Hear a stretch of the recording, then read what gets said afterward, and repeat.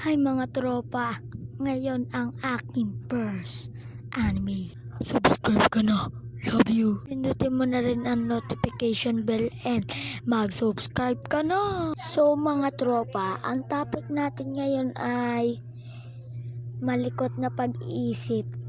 So mga tropa, babaguhin ko lang ang aking damit dahil di makita ang aking kamay. Wishing! First na malikot kong pag-iisip. Sinulot ko ba naman yung kamay ko dun sa naikot na electric fan? Ano daw? Nung pagkasulat ko, naiwa ko. Tapos sabi ko, di naman masakit. Tapos pagkatingin ko dun sa kamay ko, ang daming dugo. Iyak ako o ba? Next na malikot kong pag-iisip.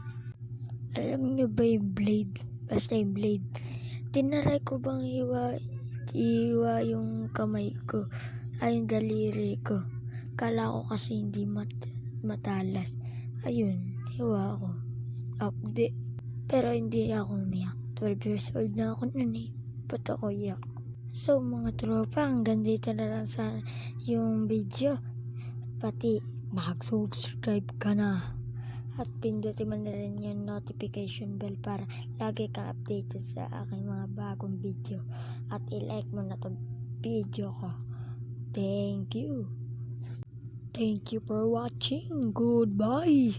Mga tropa, hampasin ko kayo.